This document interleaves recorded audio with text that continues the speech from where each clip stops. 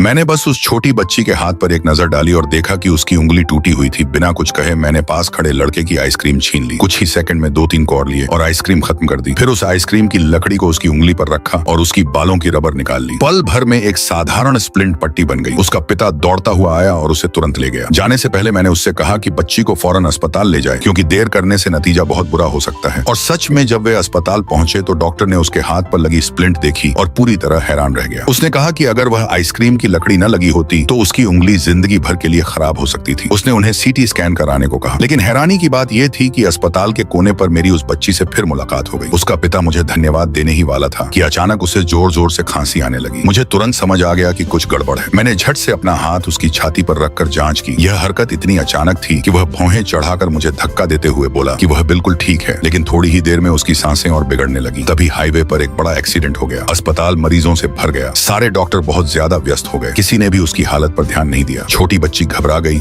और मदद के लिए चिल्लाने लगी। एक दयालु महिला डॉक्टर दौड़ कर आई, लेकिन जैसे ही वह उसे देखने वाली थी, एक सीनियर डॉक्टर ने उसे बुला लिया। जाने से पहले उसके पास बस इतना समय था कि वह एक सहकर्मी से कह सके कि बच्ची के पिता को सीटी स्कैन के लिए ले जाया जाए। मुझे हालात ठीक नहीं लगे, इसलिए मैं उनके पीछे पीछे गया। लेकिन लिफ्ट के कुछ ही फ्लोर नीचे जाने से पहले बच्ची के पिता अचानक गिर पड़े। हमने उन्हें घसीट कर लिफ्ट से बाहर निकाला और फर्श पर सीधा लिटा दिया। डॉक्टर इमरजेंसी उपकरण लाने के लिए दौड़ पड़ा। मैंने अपना हाथ उसकी छाती पर रखा और मेरे दिमाग में उसके दिल की एक 3 डायमेंशनल तस्वीर उभर आई। उसका दिल पूरी तरह से रुक चुका था। तभी डॉक्टर एक रेस्पिरेटर लेकर वापस आया और तुरंत ट्यूब डालने की तैयारी करने लगा। मैंने उसे तुरंत रोक दिया और कहा कि पहले दिल की जांच करो। वह मेरी बात सुनने को तैयार नहीं था, तो मैंने उसके हाथ से रेस्पिरेटर छीन लिया और फिर से कहा कि पहले दिल चेक करना जरूरी है। मजबूर होकर उसने जांच की और अगले ही पल उसके चेहरे का रंग बदल गया। बच्ची के पिता का दिल सच में बंद हो चुका था। उसने तुरंत सीने पर दबाव CPR देना शुरू किया। नर्स डिफिब्रिलेटर लेकर आई और हम सब ने मिलकर उसे बचाने की कोशिश की। आखिरकार बच्ची के पिता की धड़कन वापस आ गई, लेकिन उसे तुरंत सर्जरी की जरूरत थी। ऑपरेशन थिएटर तैयार था, मगर सारे सर्जन एक्सीडेंट के मरीजों में व्यस्त थे और बच्ची के पिता किसी भी पल फिर से कार्डियक अरेस्ट में जा सकते थे। छोटी बच्ची की आंखें लाल थीं, लेकिन वह अपने आंसू रोक रही थी, क्योंकि वह जानती थी कि अब उसके पापा को बचाने वाला इस वक्त सिर्फ एक ही इंसान था।